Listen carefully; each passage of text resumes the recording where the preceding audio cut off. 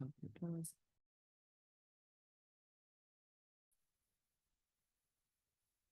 good? Okay. Going to call the meeting to order, the ASRB, Monday, September the 9th. I'm getting echo. At 4:30 p.m.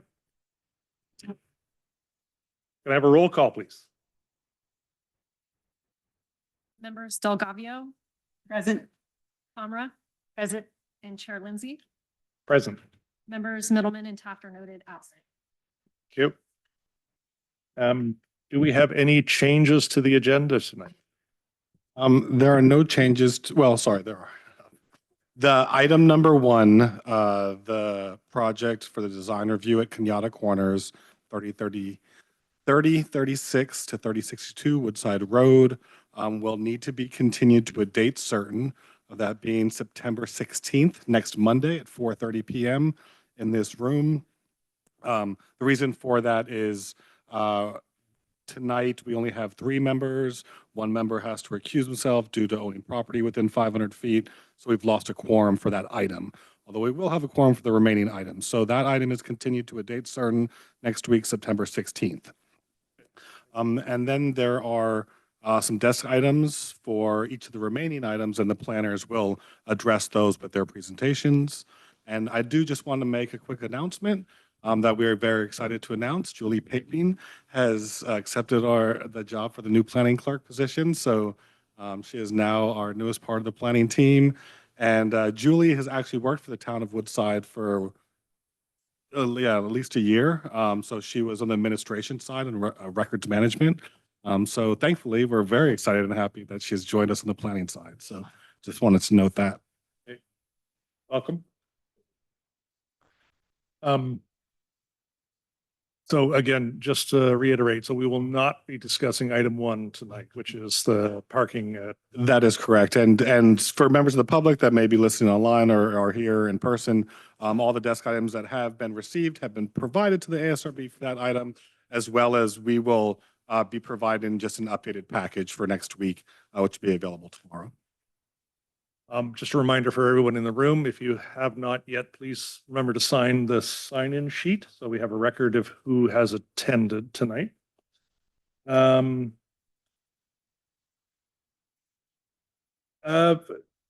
If there's anyone in the public, either in the room or online, who wishes to make a comment on a topic not currently on the agenda tonight, you are welcome to do so at this time.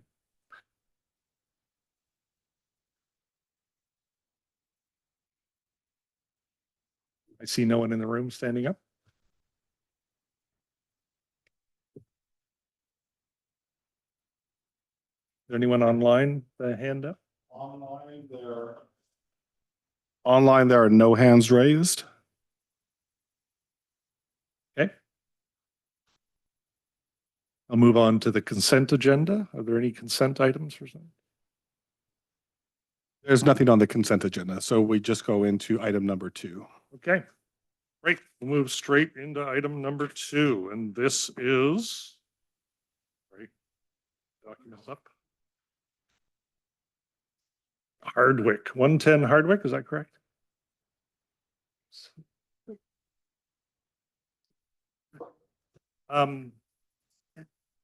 We'll make a point after every item to remind. Okay, we have a presentation from staff. Yes. Hello and thank you. I'm Melanie Olson, Associate Planner with the Town of Woodside. I'll be introducing the project at 110 Hardwick Road for an addition and remodel to an existing single-family residence with exterior design modifications and other site improvements for formal design review with ASRB. The applicant initially submitted the proposed plans as a building permit, but upon initial review by town staff, it was recommended to be reviewed by the ASRB due to its design considerations that may contradict the residential design guidelines and municipal code regarding community character and building design specifically. There's one desk item added to today's meeting, which includes an email from the property owner providing a report from the Woodside Hills Homeowners Association that states their approval for the project and signatures from adjacent properties showing they do not object to the proposed design.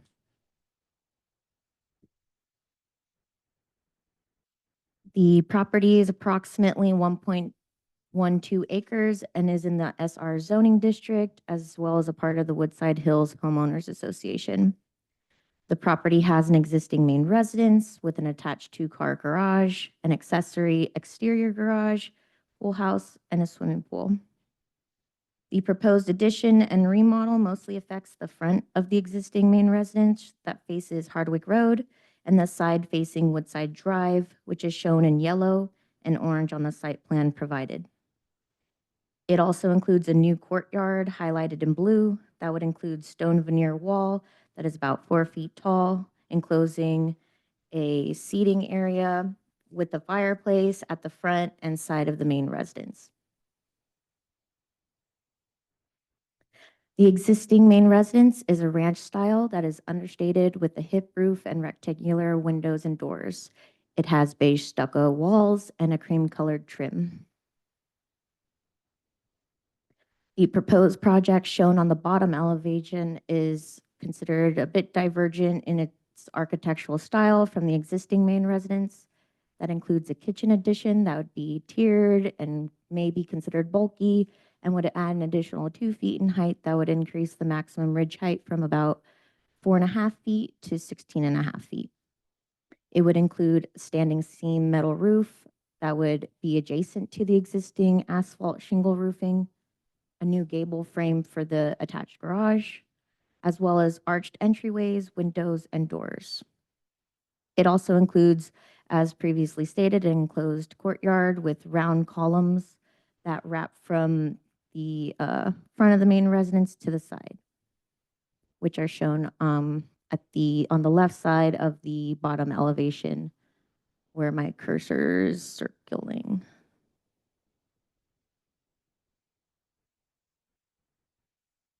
The rear of the main residence is not changing much aside from the addition of glazing, which is shown on the bottom elevation on the left side.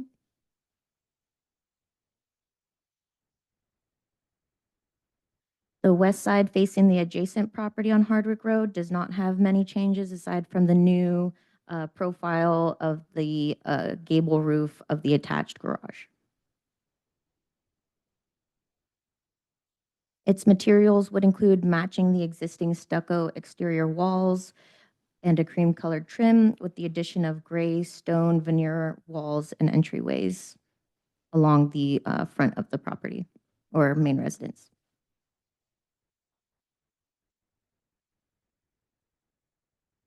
The residential design guidelines and municipal code regarding evaluation criteria of building design and community character speaks to understated and cohesive building forms, as well as rural characteristics. The residential design guidelines speak specifically to the use of simple massing to minimize bulk, being consistent with the architectural style and striving for simplicity. And here is a roof plan of the existing shown on the left and the proposed on the right, kind of more so showing the addition in the yellow with the tiered roof and metal roofing adjacent to the existing shingles. While the materials of the project are mostly rural and matches the existing main residence in some areas, staff recommends the ASRB reviews the proposed addition and remodel and potentially provide recommendations that may better suit the existing building. For example, propose more of a dormer style kitchen addition instead of the ornate proposed addition, and rectangular fenestration and doors that better matches the existing main residence. And instead of round columns on the courtyard, using square columns. The property owner is here in person and available for questions. That concludes my presentation. Thank you. Thank you, Mel. Does anyone on the board have questions for staff? The one confirmation that the courtyard is within that stone wall. Correct. No questions. The new height of the addition, I think you mentioned 16.5 feet, is that correct? Yeah, approximately. That's still well below the. Yes, it is well below the maximum allowed. And none of the new footprint risks impeding on any of the setbacks. Correct. Okay. Okay. I have no more questions, so we will move on to presentation from the applicant. Okay. It can be Looks the like the homeowner or the architect. architect is not present today due to traveling, and it seems the property owner. Would you like to go up and say anything? Our architect is on a plane. If you want to step up to the microphone, thank you, so people on Zoom can hear. Our architect is on a plane for a long planned vacation. And he said he would say that even though the massing is larger than it was, the overall scale and scope of the project is still significantly less than what is allowed. And that the staff comment at the bottom of page 4 says that the project would be mostly compatible with the existing site and neighborhood setting. And we've been working on this for like 3 years and would just really love to get started. And we're trying to make it more attractive in addition to getting just a little bit bigger kitchen. Okay. Would you mind if anyone on the board has questions for you? Not on the architectural nature. If but they're not perhaps technical, focusing on yep. what the original brief was. You're okay? Yeah. You're okay. I'm curious, the change in the architectural style. So what was the influence for that? I should say, we're just looking for something a little more attractive and interesting. It's a fine house, but it's very plain. And I told the architect I kind of like a French country feel, and he came up with this. And I'm blanking on the name of the style of the roof right now, but he said it's very classical architecture that's been around for hundreds of years. And you could find it anywhere in the United States or internationally. Okay.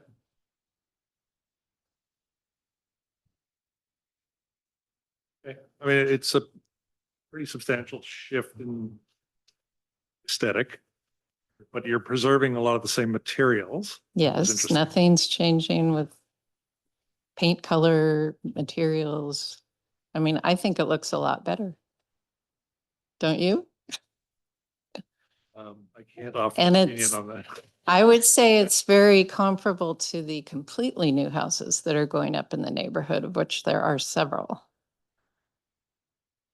And you really can't see it other than from the very front. Nobody's going to see the sides or the back. We have landscaping that hides most of the property. So, and I don't think anybody would be offended by it. And our neighbors thought it was a lovely design.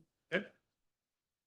On the rear side, which I think is the west elevation, east elevation, that one? Yep. No, that one there, north elevation. I mean, you're adding a little bit of additional glazing, not substantial. Okay. Yeah, there already is existing 2 sliding doors. Oh. And we're gonna change it to like a nano wall. Mhm. Because we're flip-flopping the rooms. So previous owners had done some internal remodeling, and the house has what I would consider a bit of an awkward layout floor plan. And so if you're looking at the left side where there's a little person standing, that's the dining room now, which is far away from where the kitchen is. And on the right side is the, where the right windows are, is the family room. So we want to flip them so that you can go from your kitchen to the dining room. And then the bifold doors will be for the family room area.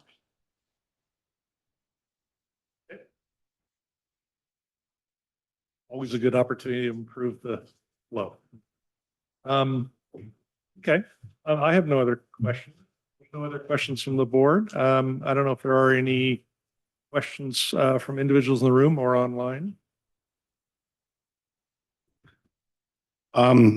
Online, there is no one raising their hands to speak. And I don't know if there's any members of the public in the room that would like to speak. If so, you can step up to the microphone.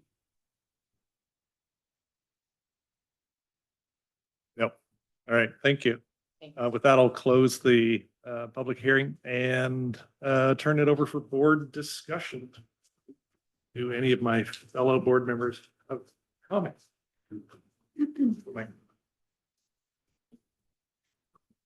I guess just being respectful of the Sage and Melanie's comments about the round columns and roundedness of the windows, arch over of the windows. How much does the applicant really love it? Does it matter that much?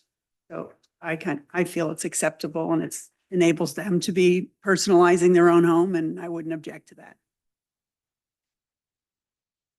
I would agree, and I think it's great that you reached out to your neighbors, just to get their comment and input. And I think, you know, the screening that you have around your property is amazing. So even if there's a little more glazing on the windows, I don't think that anyone in the back is gonna see anything. So I think it's bringing it up to a little bit more of a modern feel, that I think it's great. I mean, I might have gone with the square column instead of a round one, but that's personal preference and not my house.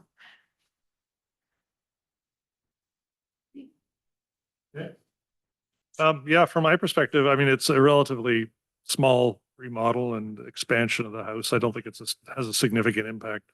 I am a little hard pressed to identify the style. I think it's taking inspiration from multiple sources. At first glance, I would have called it more Italianate than French, but that could be a limit in my knowledge. I don't have a strong opinion on column profiles, square versus round. As it pertains to windows and window arching, I think the direction they're going, as long as they're consistent, I think that's what's important here. Nothing worse than shifting style and only implementing half of it. So it's good that it's throughout the entire home. But beyond that, I have no concerns about the project whatsoever.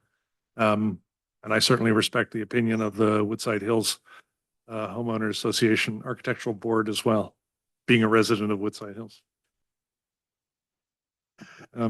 So with that, yeah, I think I would summarize it as, I mean, and generally we're receptive. We don't see any egregious departures from the design guidelines. Materials are consistent with the existing home. Yeah, Great. pretty simple summary. No, I appreciate that. And so this is something that was just brought forward for design consideration. And given that there are no concerns or recommendations for changes to the board, you could just make a motion to recommend approval of the project and take a vote. And we do appreciate that story poles were installed. That's always so helpful. Do we have a motion? Take a motion, but at this point, we're not going to a formal review. It just goes. That's correct. This is essentially a formal review. It didn't automatically trigger ASRB. It was just a unique design in which staff felt it was appropriate to look at a recommendation from the ASRB. I'd like to make a motion that we approve this project and send it on to staff. Second. Okay, roll call. Member Delgavio. I agree. Member Comra. I agree. Chair Lindsay. Yes. And members Middleman and Taft noted. Up and down. Great. The motion passes and we'll send out a letter detailing this action in the next day or so. Okay, thank you so much. Hey. Before we move on to the next item, Sage, would you like to remind the room of? Yeah, just for those that may have missed the very beginning of the meeting, item number 1, the project at the Kenyatta Corners Commercial Center. That item was continued due to a lack of quorum for that item and is continued to a date certain, that being next Monday at September 16th at 4:30 p.m. And so we just want to remind folks, if they missed that, they were only here for that item, that item will not be heard today. Item number 1, the Kenyatta Corner. It's the Kenyatta Corners Commercial Shopping Center. It's 3036 to 3062 Woodside Road.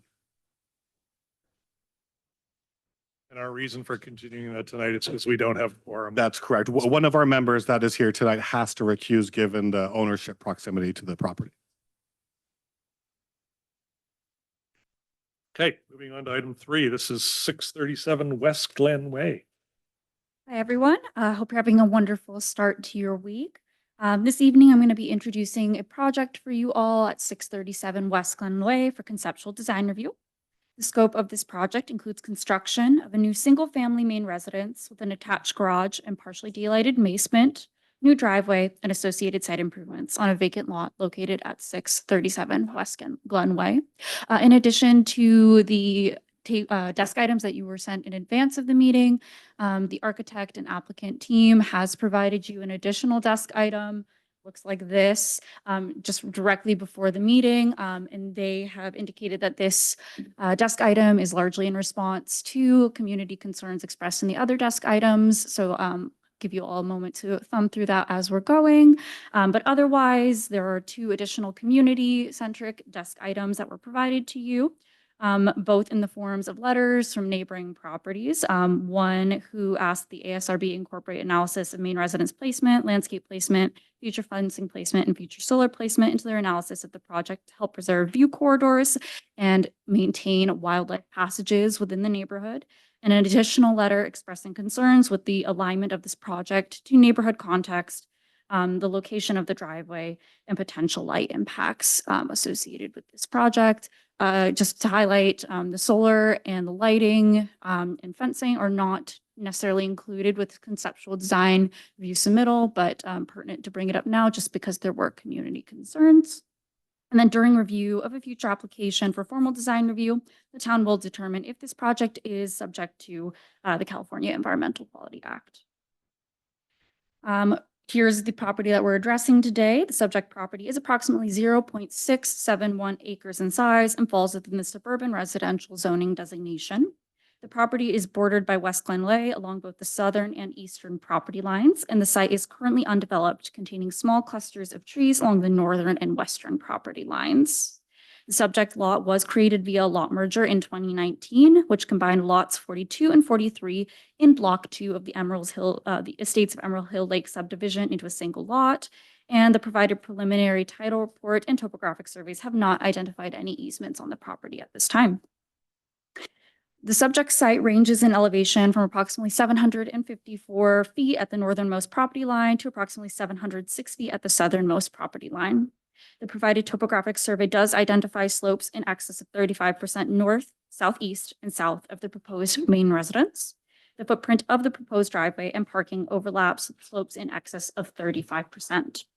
The applicant has submitted a letter from Liam Braze Engineering indicating that the proposed developments encompass man-made slopes 35% or greater in existing paved street, and that the average pre-development slope adjacent to the existing street was approximately 31.9%.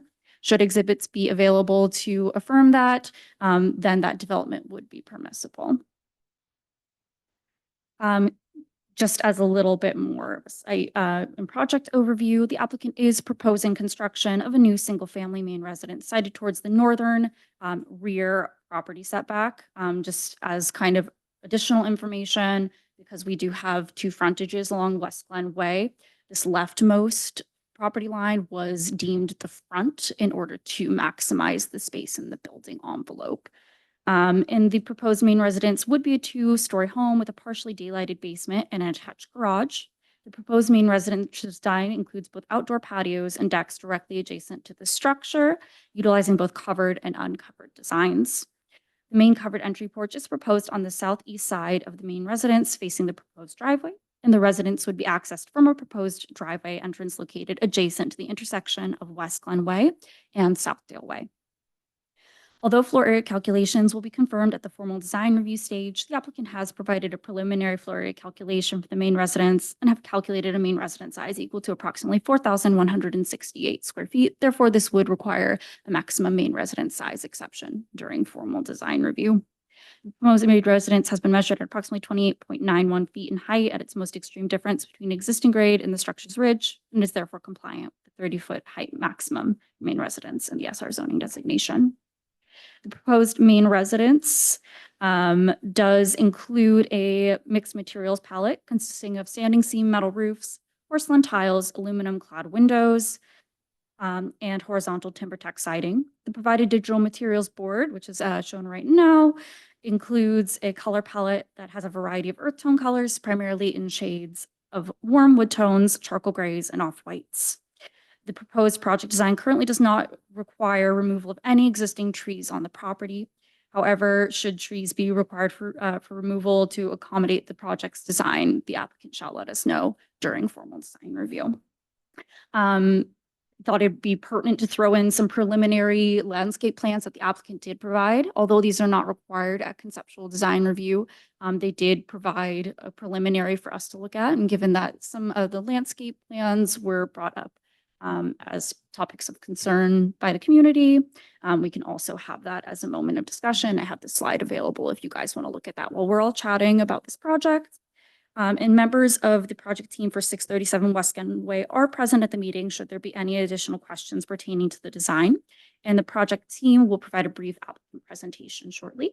And staff is happy to answer any additional questions you have at this time. Thank you, Gillian. Are there any questions for staff? Does a solar engineer get involved evaluating the project at any point right now, or working with the architect on the solar? Yeah, so typically this wouldn't really be looked at until building permit phase. So it's not really anything we would analyze at conceptual design review. Although I think that concern was brought up due to some preliminary conversations that the owners had with neighboring properties, but it's not really something that we would look into deeply at this time, more so at the building permit phase. And I'll just add that there is, I don't know the exact requirements, a building code requirement, but there is a requirement for new residences to have some certain amount of solar on the building. So they will have to work that out with the building department, make sure they're compliant with those codes. Solar on the building? It's all on the site, I know, to serve the residents. But again, it's more of a building code. With regards to solar, cities are limited. We cannot look at any design considerations related to solar. Due to the Solar Rights Act, it's strictly if they meet the health and safety requirements, it shall be approved. So that's why these details will typically be worked out with the building department.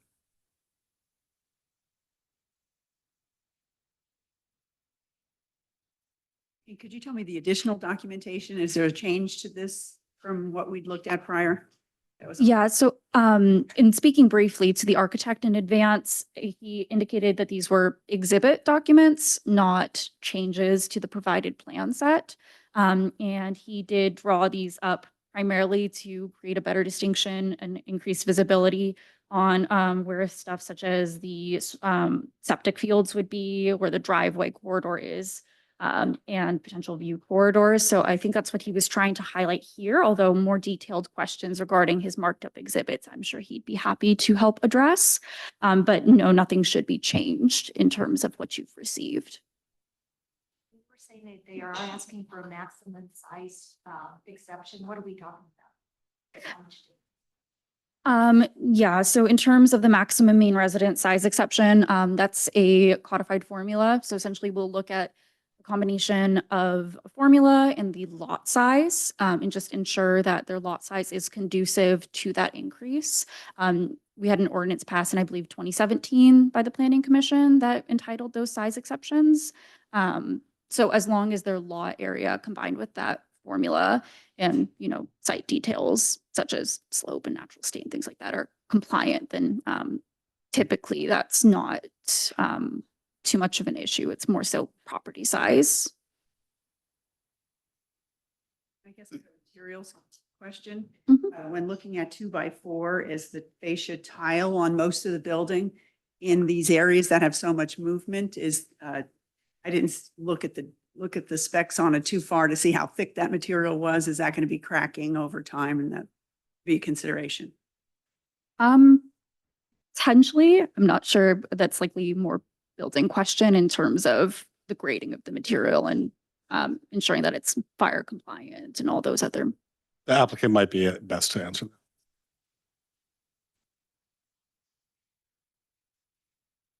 Any other questions? No.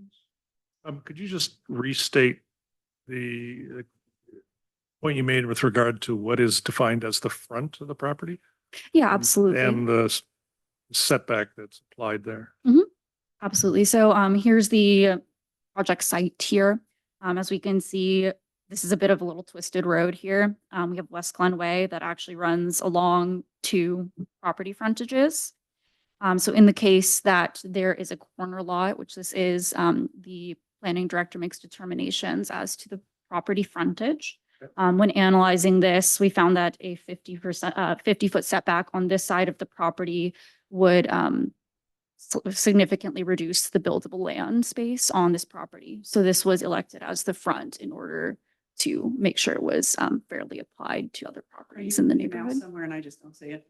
It should be. Oh, thank you. So yeah, what Jillian's saying is correct, is that when you have a lot that is as narrow on one side and longer on the other, usually the narrower side is best to be the frontage. Otherwise, you would see it create a very awkward building envelope. With this not being a rectangle, it would almost create kind of this bow tie building envelope with a real pinch in the middle. Whereas any type of development on that property would be subject to some type of variance. So in this, it's more appropriate to scale the property and the development with the setbacks as shown. So I understand the front is on the west side. Correct. Yeah. And designating that part of the property as front has no bearing on where the driveway needs to be here. That's correct. It's strictly a development envelope. So you could have your address or door or driveway on different sides. Yeah. Question about the fence. Is the fence, where is the fencing in regards to the property? It completely surrounds the property? What's, Yeah, so there's existing fencing along this property line. I can't tell if you can see my cursor, but that fencing is actually regulated to the adjacent property, so it's not affiliated with this property. And at this time, the applicant hasn't proposed fencing for the project. They've only proposed a vehicle gate. Earlier iterations of this project did include fencing, which is potentially where neighbor concern has emerged from. But at this time, there's only a vehicle gate associated with this project. And if there is a proposal for fencing, that'll be addressed at a later stage of review, should they want to add that back into the project scope. And on exhibit 4, where it's calling out not counted in a couple of different places, is that due to the fact that it's under the above surface? Sorry, which exhibit? Exhibit 4 is one of the pages in our plan, and it says portion of the patio under the overhang and beyond the 8-foot from face of the structure not counted. And then below it says driving and parking not counted. Are those? Oh, it's for the paved area exhibit. So in that regard, we don't double count anything towards the TFA, the total floor area of a property, and we don't double count it against paved area. So in the code, covered patios that extend beyond 8 feet from a structure are counted towards floor area rather than paved area. So we don't double penalize that. So that's why that's been removed.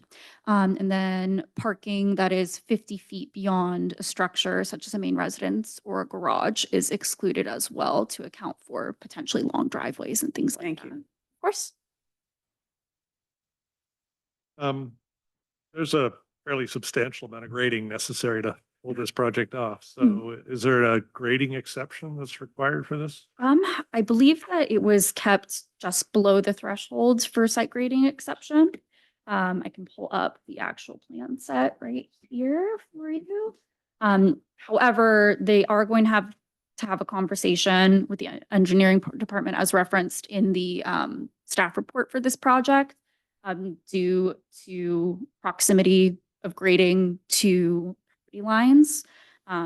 There are some components and they already have submitted some preliminary documentation for us, like a line of sight analysis and things like that, but that'll be reviewed in greater detail by the engineering department when that phase of the project comes up. But thank you. How they would get it off the property is kind of unclear for us at this point because there's no road. Mhm. Road first? Yeah, so in terms of site grading on this project, it would be 895 cubic yards. And then just based on a preliminary look, that doesn't look like it would need the cubic yardage grading exception. In addition, they have kept their cuts below 8 feet in depth. So at this phase, a lot of the actual grading is affiliated with the building footprint in the basement, which doesn't necessarily warrant a grading exception. The proposed finished grade of the driveway closest to the house, know what that, roughly what that is above the street grade? Yeah, I can pull that up for you real quick.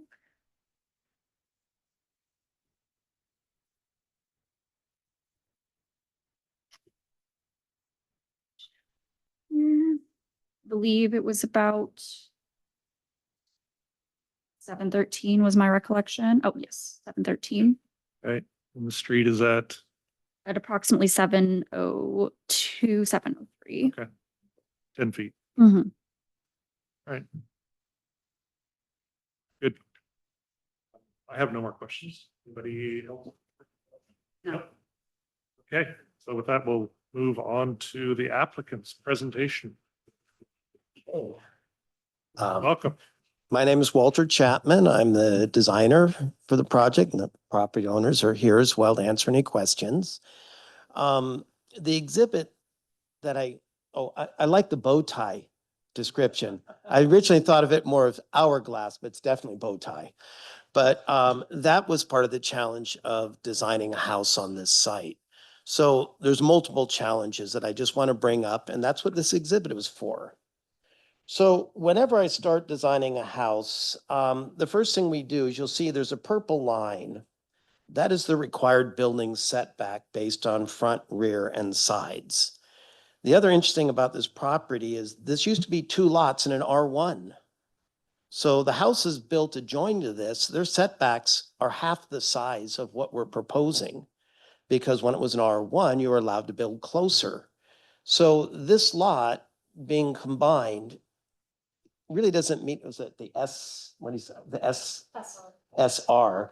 So we're required to use the setbacks of an SR on a property that was really originally R1.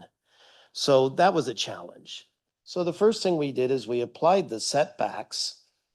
And then the next question was, well, how do we get a driveway onto the property? What is hard to see here, the blue diagram helps. I'm sorry, the audience doesn't have benefit to this. We put the entrance to the driveway as close to the intersection because that was the highest grade of the road. So we didn't have to climb as high to get on the property by starting it at the highest level of the street. Then we also had to meet a fire truck grade requirement. In order to get a fire truck, we had to have a turning radius and a grade not over a certain slope. So the first things we did is the setbacks. The second thing we had to address was a driveway and a fire truck. Then after that, we had to address 4 parking places. So we figured out where to get those to work with a little bit of a hammerhead Y at the end of the driveway.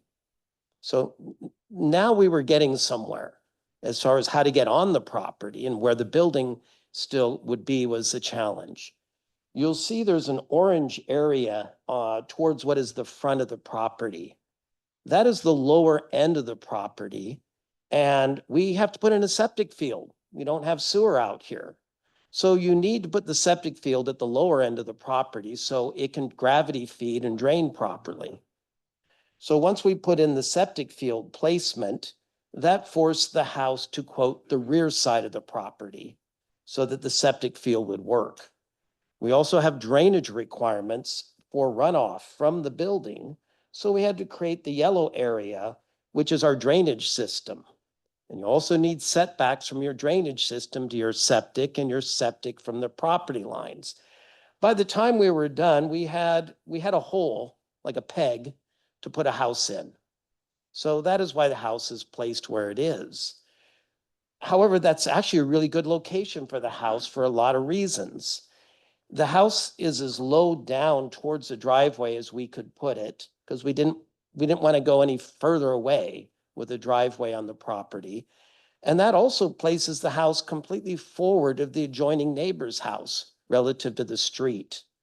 So the second page that you see, I didn't have a chance to do it as formally because I was trying to address that today as I was preparing. there's a dual lines, blue lines. That is the view corridor that the immediate neighbor is concerned about. And that actually is missed. The house is set forward enough to West Glen Way so that you have that view corridor. But the interesting thing is the orange line represents the rest of their view. The ridge of our proposed design is only at the back, is only a 14-foot high building. All the height of the building is on the downhill side. So from the neighbors, what they see is a single-story house, not a two-story house. I was just up at the property today, standing relatively close to the property boundary, and I can see completely over the top of the proposed house. You can see the whole view of the Santa Cruz Mountain Range. There is no obstruction of view in that direction.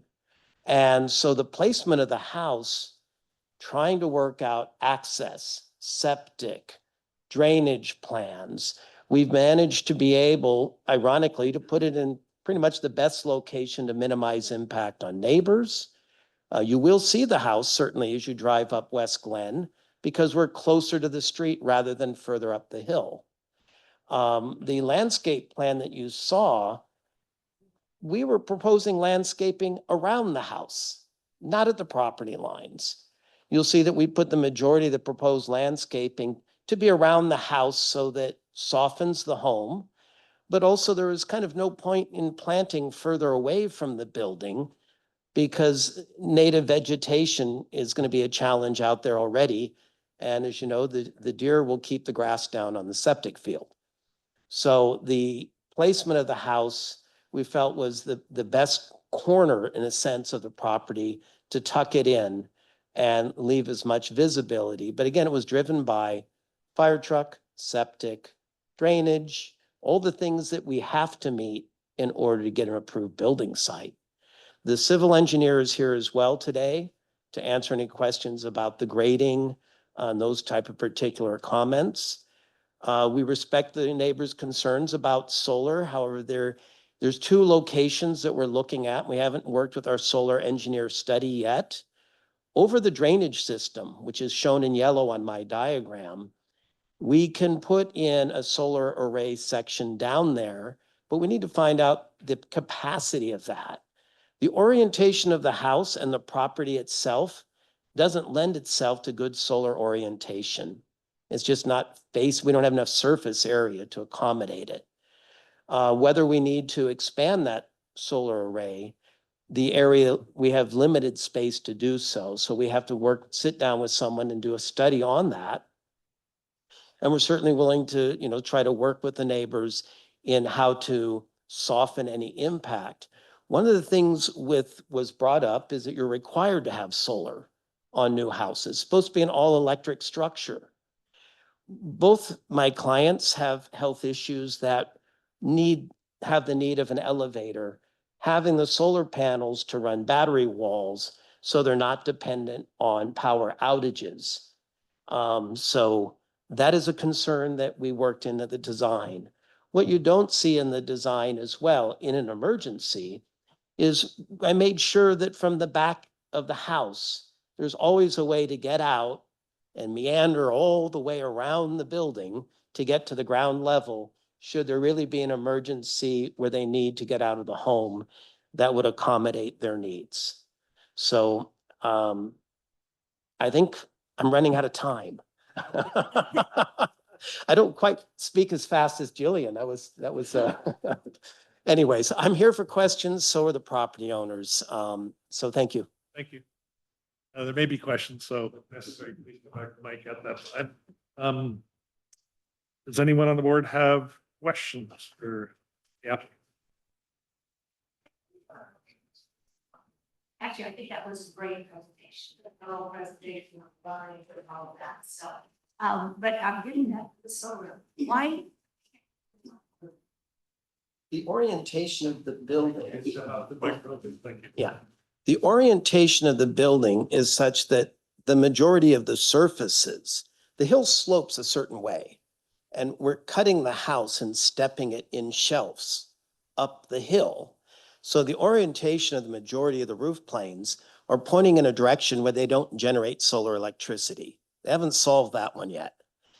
The very few roof planes we have that do have the proper orientation won't generate enough panels to run the power walls and all the needs of the home.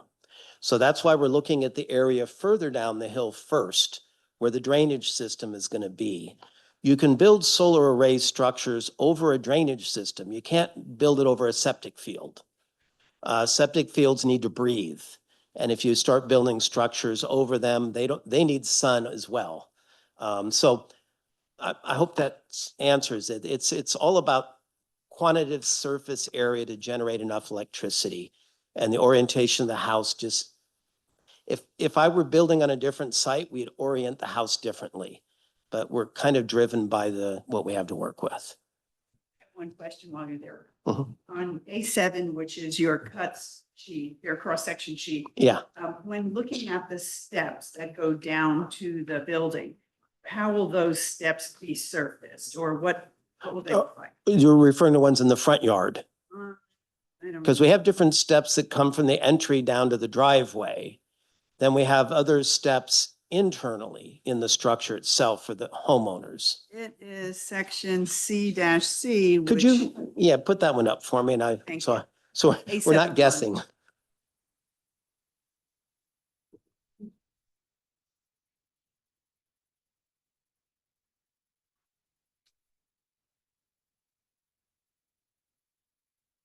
It's on 7.2 as well, so probably the same thing would fly. So on 7.1 shows the steps better because the steps turn 90 degrees and are now coming towards you on the paper. So you can see the driveway level is that lowest flat surface. Then we have the steps come up 90 degrees off the driveway, turn another 90 degrees to get up to that landing, turn another 90 degrees to get up to the front porch. So we did that in shorter lengths of steps so that there's natural places to stop instead of trying to climb a full straight staircase. I'm looking at this area here. Oh, behind. Yes. Here. Just wondering what they would end up looking like when you see. Oh, those step areas. Thank you. So those aren't steps. I thought you were referring to like stairs, steps you walk No, on. definitely. So each of these are terraced areas. The coming out of the master bedroom wing, the primary bedroom wing, we wanted to be able to, we didn't want to be looking at an 8-foot retaining wall. So what we're looking at here is you have a little patio when you first come out of the building, and there's going to be a little bit more than a seat height wall where there can be some landscaping. The next level up would be some bushes or short trees. So when you're looking out the back, you're looking up at a landscape terraced hill. So all of those are landscape terraces. And what's going to be planted in each of them, we have to find out depending on how we can protect the area. It's either going to have to be something indigenous that the deer won't eat, but the idea is in one of those levels, we would like to plant something tall enough to block visibility from the uphill neighbors from looking right into the house. So that was an interesting way of not embedding the house into a concrete wall, but to let also sunlight and air get into the back of the house. And so I thought it was a clever idea. They will be retaining walls. What material will be on them? But see, they vary. The lowest one is down, and then you got a slightly taller one. And we tried to then terrace them in even lifts. And so what that is, it's basically a sunken garden behind the house. So outside of the sunken garden will just be natural grade and terrain. So the idea is to contain the landscaping in a hole. All right. I have a couple of questions. Oh. Sorry. That's okay. This is good for my knees, getting up and down. Is there a junior ADU incorporated in this design? That is not planned. The way the house is designed, I mean, for the needs of the family, we do have, the bedroom level is kind of split in half. You know, you have the parents' wing and the daughter's wing. And then upstairs, you have a guest bedroom. So that is the way the house is laid out, so that there's kind of zones within the house, so that the family can take care of each other. But if someone ever wanted to make it a junior ADU in the future, that, that's an unknown. We always encourage them. Yeah, doing a lot of that. We did receive a desk item from a concerned neighbor regarding headlights from vehicles traveling up the driveway and on the driveway. And so that was the reason I asked the question earlier about what elevation the driveway was at. I'm sorry, Dawn, Yes, as you're driving up the driveway to where the parking area Yep. is, you are pointing directly out. So I'm not sure in the larger aerial map that there is kind of, I don't know what the screening is, but as I recall being out there, there's a lot of trees all along 622 West Glen Way. I'm thinking more of a scenario where the cars are approaching, they're up down the here. driveway, they're approaching the house. If there's some form of either a taller perimeter wall around the driveway or screen or landscape screening. The landscape mitigate that. screening certainly can be planted along the edge of the road. The interesting thing though is if you think about when you're driving a car, as you're coming up, the headlights are pointing towards 799 Glen Crag. So they're kind of pointing out in space. Okay. And then when you back out of the garage and drive downhill, it's not till you get the end of their driveway and you're pulling out that the headlights would point into anyone's property, but that's kind of normal. Mhm. I mean, in normal traffic of a vehicle, you are going to have some headlights. I'm not sure.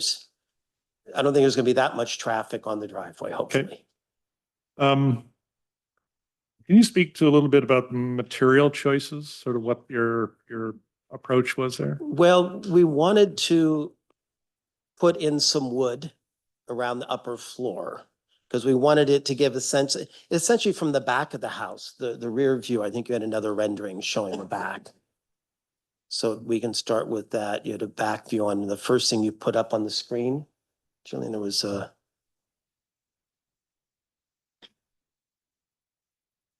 So we've tiered the house. The upper floor, you can see on the back, has wood siding that wraps around, and then it comes around the front. So we have wood siding on, it's not true wood siding anymore. We found that because of fire, we're using Trex, actually, which is a deck material that's used in fire zones, WUI zones.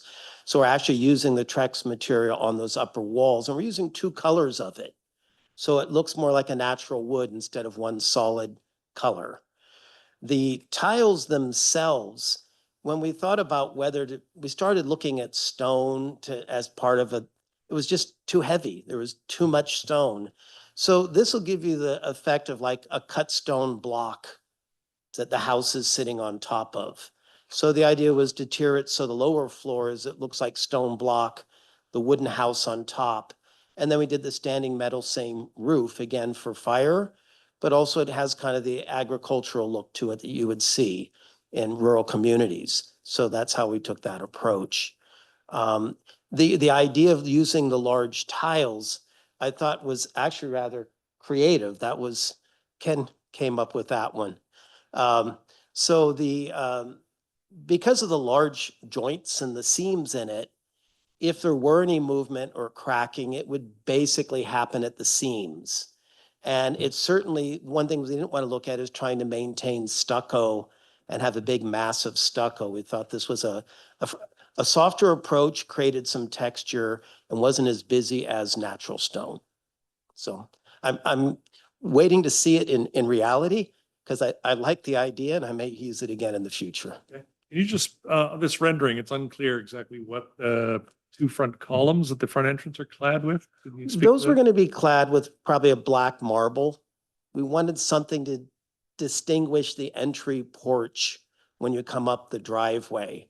And you can see the steps have the turns in it. You go up steps, turn, go up again, turn, you know, just keep working your way up there so that there's soft series of lifts basically getting up the front walkway. But we wanted something also that tied in with the metal banding because we have the bronze anodized metal on the windows and we're doing the bronze anodized on the railings. And so we did, since again, fire concern, is we're doing a metal cladding on the edges of the balcony and the fascia boards. So there is no exposed wood to maintain, especially when you got to be up and down on that face. So it's all clad with metal cladding like the windows are. And once we had that much bronze anodized, it seemed to make sense to have the columns also pull that color. So they contrasted from the building, but they tied in with the bronze anodized coloring. So until we find that exact piece of stone, we're going to be trying to do something with a matted, kind of a matted black finish that blends in with the rest of things. So it's, materials are always a challenge because until you actually see them in real daylight, you know, the light does funny thing to materials. And there's going to be a lot, that's why we try to capture the shadows in the renderings, because as the sun comes around, the building looks different at different times of the day. Good, thank you. Any other questions? No. Okay, with that, I'll close the public hearing. Anyone in the room from the public or online who wishes to make a comment on this project? Yes, see one hand in the room. Yes, hi. My name is Vijay Massey. I am the owner of 799 Glen Craig Way. I am the house exactly below this house. So first, welcome to the neighborhood. But right now, the poles that they put, they can totally see our house. So he mentioned something that they are kind of designing the house of having privacy, but the way they're designing it, they are taking away my privacy. We spend a lot of time in our backyard. I have a jacuzzi. I'm using the jacuzzi every night. So right now, practically with this house, they can totally see, especially, I'm not sure if those balconies are looking at the house or somehow the way it is being situated, that practically they can absolutely have 100% of my privacy to be taken.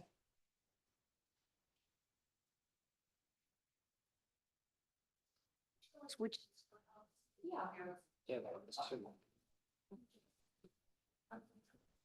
You said this is 22? 799. So right up. Yes. Is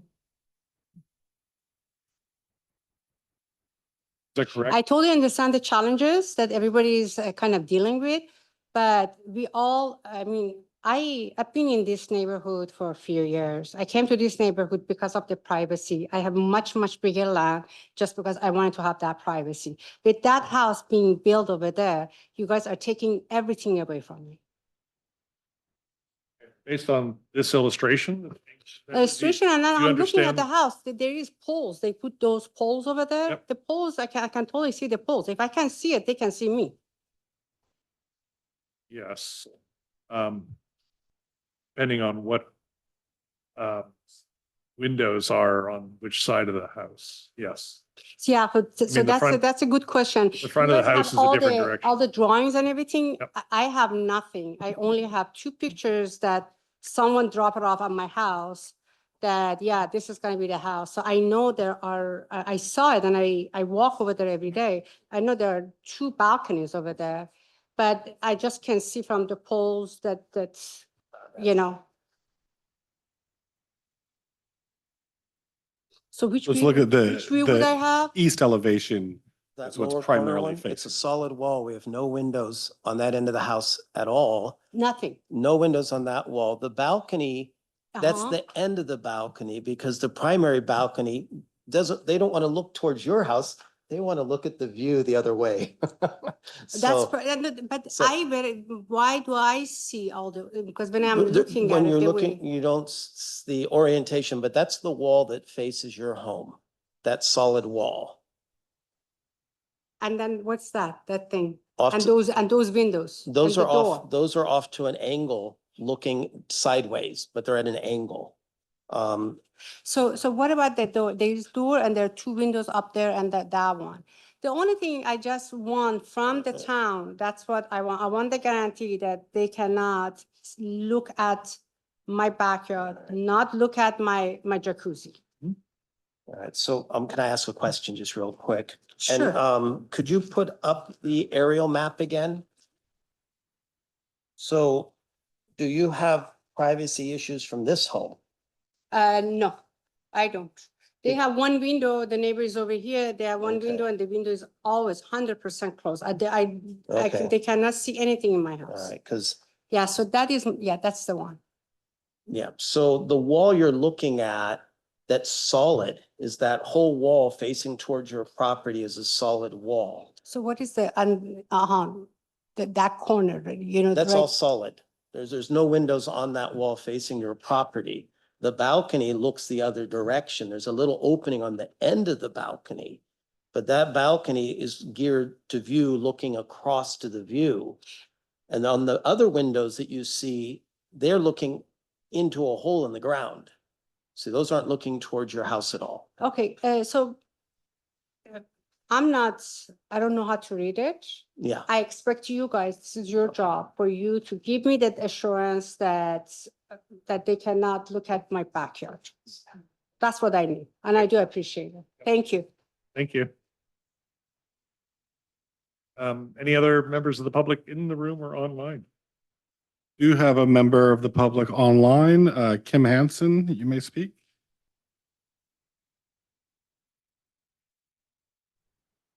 Hi, thank you. I'm unmuted now.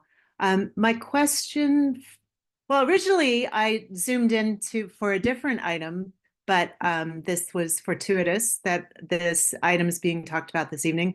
My question is regarding the scenic corridor for 280 and neighbors like myself who are on the other side, actually of 280. We can see the neighbor's house from my house. And I'm wondering if this was taken into consideration with the design, because the proposed drawings that you've shown seem to be very light colored and massive, especially the light colored retaining walls and steps and things. That's one of my sets of questions. The second question about where the solar array would be placed.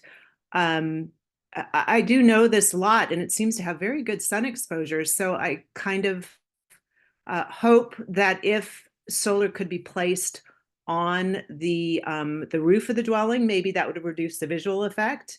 And since there have been other projects that this ASRB and Planning Commission have approved that have had serious drainage issues, as well as impact on the scenic 280 corridor. I'm hopeful that you'll take these things into consideration with this and on any other projects. Thank you for taking my my raised hand. Thank you. Does this site fall within the 280 scenic corridor? So the scenic corridors, 280 is one of the designated scenic corridors. And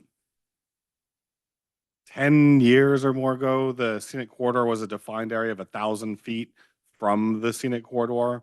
Then that was changed just to look at what could be visible from a scenic corridor. So there's no different requirements in a scenic corridor. It's just something that because it's more visible from some of these areas, the only difference in the code is that it has a lower threshold for triggering ASRB review. So 1,000 square feet of an addition or a new house, it triggers ASRB review, whereas in other parts of the town, 2,000 square feet trigger ASRB review. Okay. So for that reason, there's a little bit more attention paid to these areas. And as some of us who commute on the 280 will note, there are some prominent areas where some houses are very visible. And so that's just something to be taken under consideration. Good. This would be one. Yeah, I haven't been out to look at it from that angle, but it's quite possible. It could be visible. When you're on the property, you can't see 280 from the property is one thing, but also the top of this roof is lower than the finished floor of the house next door. So this house is completely lower than the house next to it. If you see anything, you're seeing the house above. This one's completely lower than that house. So, I mean, its impact on the corridor is kind of moot because the impact already exists from there. This is just filling in a gap. So.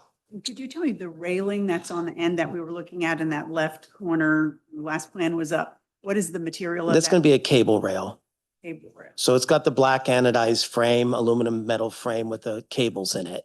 It's not like we could do something that would have potentially the wood where the wood rotates and goes all the way up to give her the full height coverage there. potentially. The reality is that the amount of time, if people are out on that balcony, the view that you're looking at is completely different direction. You'd have to make an effort to, go there. But I mean, if a blind was put up, because they're sensitive to the sunlight up there. That's why we did that wall solid.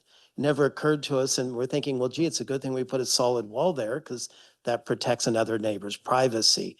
But if the sun gets too intense, a blind may find its way there regularly anyways, just because that exposure is pretty brutal. That's the house next door, as the neighbor mentioned, always has, we drove past and I said, it's all blinds, external blinds, because they ran into that same issue of the sunlight. So I'm not expecting that to be a high use area. I can't say for a fact that there'll never be people out on that balcony, but when they are, the real view they're looking at is south to the mountains. So. If any other public comments online? Oh, we have another one in. Yes, sorry. Thank you. Nervous. I don't like speaking in public. I have a question about the size of the home. I think you started to ask about this, and Jillian, you cited the formula. I'm actually concerned about the actual numbers. We did speak and you went through the home with me, and you did a great job describing the challenges of the lot. So my first question was just, are there any exemptions that are going to be needed for the home as planned? And the answer was no, but now it sounds like actually the home is bigger than that it would need an exemption. That's not the right word. So I'm curious, again, if you could say how big the home is and how much over the maximum size that is. Yeah, happy to clarify. Apologies if I confused in a meeting. This doesn't currently have any variances or planning commission entitlements. Okay. For the plans that they've provided at this time. It does, however, have what's called the maximum main residence size exception. This is largely ministerial versus discretionary, and it is based again on a formula pursuant to the lot size. So this is just a codified formula. It never really has to go to planning commission or anything like that. Oh. And we don't have finalized floor area calcs until for formal design review. So there might be adjustments to the current floor area. However, as it's presenting right now with their preliminary calcs, it would need to utilize that maximum main residence size exception, which is Right. So in order to know that, you must know what that maximum was to know that you're over. So what is the lot? You quoted a number 4,000 something. yes. So what is the number below that? I have it here. Triggered the. In the staff report, it notes, so in the SR district, residents are allowed to be up to 4,000 square feet, not including 440 square feet of a garage. And with the exception for this lot, and what Jillian was explaining is the council, it's called an exception, although basically just you plug in your lot area and whatever your lot area is yields you possibly more square footage over the 4,000 square feet. So in this case, the formula allows this lot to be 4,223 square feet. And their approximate calculations at this time are about 4,170 square feet.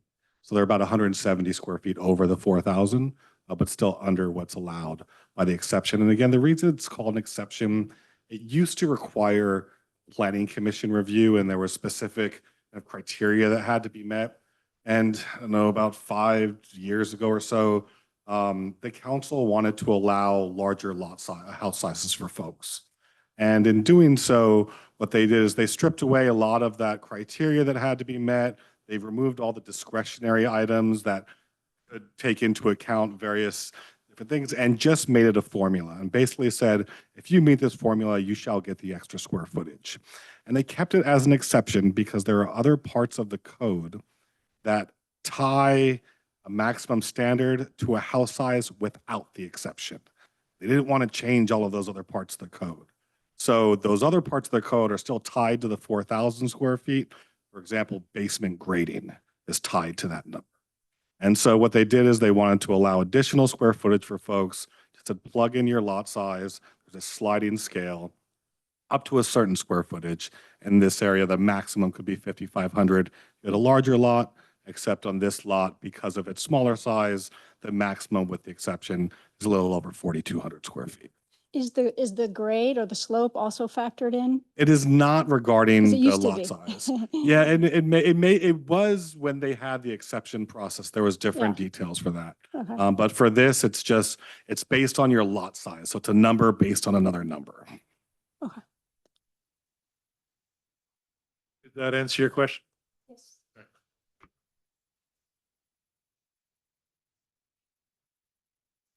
Hi, Matt Bernard. We're at 643 West Glen Way. Could I ask for the site plan aerial view to be put up? Yes, please. That would be perfect. Jillian, would you mind just putting the mouse over the 643 property just for reference? So that's our house. First of all, I want to say I think that a great job has been done relative to the placement of the house. I'm very appreciative of the fact that the house, as the designer said, does not encroach on the primary view shed of the house. And of course, the only way to have it not encroach on anything is to not have a house there. But with the house there, it does a very good job relative to the placement. So thank you for that. I would like to say, though, that the assertion relative, I'd like to talk about solar for a second. I know that isn't the primary purpose of this forum, but to the extent that it is not addressed now, the ability to address it later will be severely limited if we wait all the way until building permit. And so I'd like to address that now. The caller online, I think, was quite correct. Because I just, relative to fact checking, if you note the axis of 637 of the house is south to southwest, which is an exceptional axis in order to place solar. There's plenty of light on that property. The assertion that there's not enough light, I'd say is, by the designer, is bold but flimsy, because there's a lot of light showering down on that property without trees blocking it. And again, that's a south to southwest axis on that roof line. So the thing that I'm concerned about, if you notice the axis of the 643 house, down the view, the kind of south to southwest axis, the intent is, as we understood it, to place the robust solar field is right around the vista that our house is designed to look at. So in other words, the utility infrastructure of 637 would be our primary view of our household. If in fact that solar is not to be placed on the roof. I heard something about a drainage area. I don't know where that is on this property, so I can't speak to that. But what we understood was the intent was to essentially make the electrical infrastructure of 637 the primary view shed of 643. And so we would greatly appreciate it if if that could be considered in this, because we don't understand why that utility infrastructure needs to be our view. And again, I'm just going to state it. There's a lot of light on that property, and the access to that roof line is awesome for collecting light for solar. Okay. Thank you.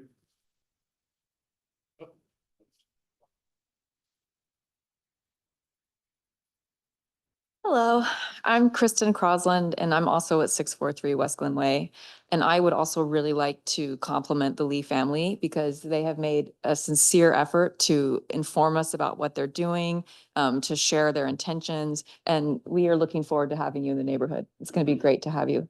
The letter that my husband and I sent, which I imagine you have seen, he mentioned the issue of solar. It is a big deal to us. We want them to have solar power. We understand how they want 100% independence. We're very supportive.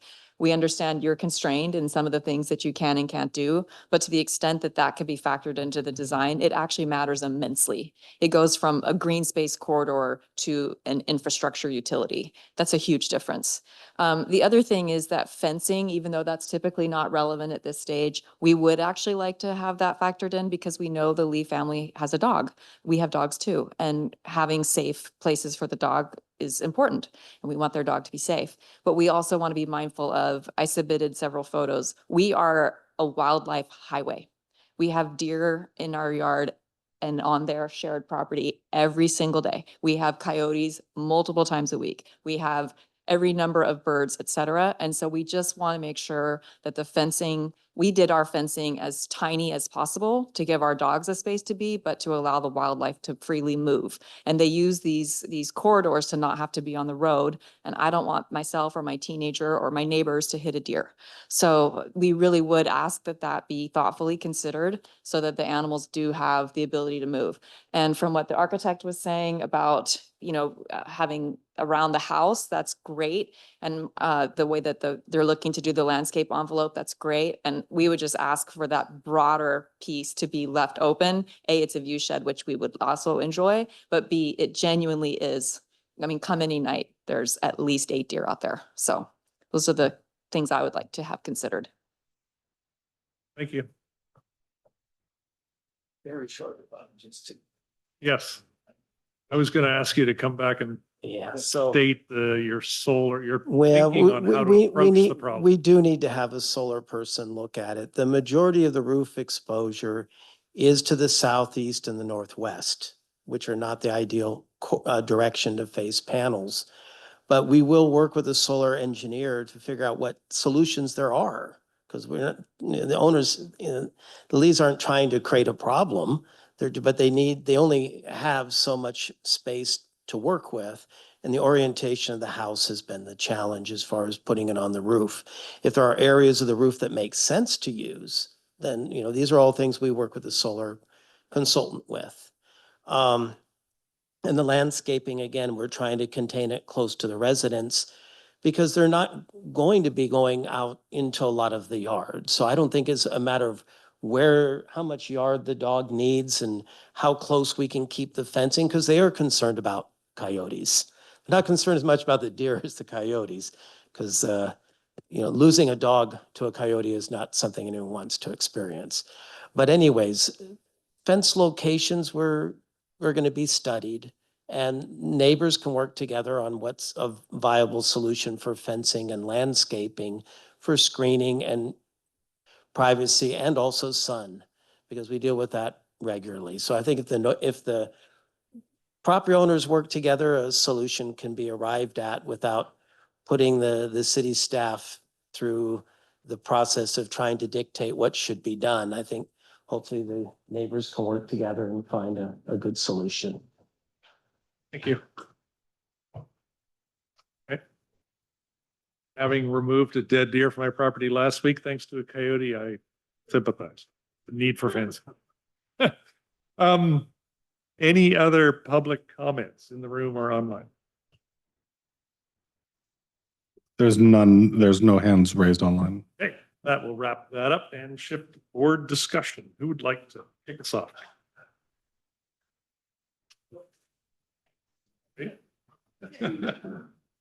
A couple of thoughts. So I think, two challenges with this property. One, developing what has been an undeveloped property is always a challenge. You're going to run into a lot of constructive feedback, I'll put it that way. You're going to run into criticism, and people who've lived with a vacant lot for a long time are initially going to be resistant. So being open and honest, I think, has helped you in this situation. I think that's a good thing. I think your neighbors are appreciative of that. For those who are concerned about privacy, I mean, anything that you can provide in terms of renderings from their perspective, landscaping plans would be helpful to alleviate those concerns. My biggest concern is the development of a steep slope could risk creating a beacon on the hill with lighting. So anything you can incorporate in your plan with regards to mitigating the lighting that you're projecting out into the neighborhood. We heard that from person online with regards to their view from across the freeway. From a materials perspective, I think the only thing, and I asked the question around wrapping the entry columns with marble. I think all the other materials we're familiar with, we see throughout Woodside, stucco, wood, stone. Marble on the exterior is used much less frequently. So I think considering other alternatives there would be worthwhile exercise. Aside from that, I think, again, my primary concerns are light pollution that you're going to project out into the neighborhood. And that one material choice. And helping all the surrounding neighbors better understand, anything you can do to help them best understand the impact of the property on their privacy. Not necessarily yours, but that would be how I'd summarize the project. I agree with everything that Don has said, and I think if we can make them feel comfortable in advance, because I know when you walk away from these meetings, if it's not signed, sealed, and delivered, you wonder if it's going to happen. So how can we commit or guarantee to the neighbors that we are going to be sensitive once somebody says, yes, we approve?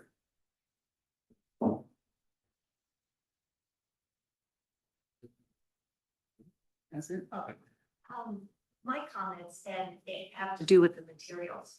And it's not because you are not on scenic corridor. I didn't actually think you were. But sort of our guidelines are more organic materials. And I think the stone and the cement walls coming up are just a little too bright and harsh. I would probably go with a more organic color. I mean, we're just talking shades that maybe match the field a little bit. I don't want to say golden, that's not the yellow, is not the right word, but I know that in the cement, were you planning on doing colors? I mean, so instead of just the plain cement walls, were you going to add some color to that cement as you went up to the? That's a good thing to consider. Can easily be considered. That's the one thing I would consider. It's just actually the marble columns didn't bother me as much. I was thinking they were probably granite, but yeah, I would like to see a different shade on that stone and on the cement. The other thing I would like to see is I would like to see a solar engineering report to see if it is doable to put those solar panels on the roof. It does seem like there's a lot of sun exposure up there. So just to have that verified, whether, not that I don't trust your comments on that, but that would be worth looking into. And the other thing I think Don mentioned as the driveway, someone else mentioned lights, you know, with the driveway. If there's something you could do to some screening, some trees. I know another neighbor didn't want the trees too tall. So, you know, you have to stay within, 10, 12 feet, something like that.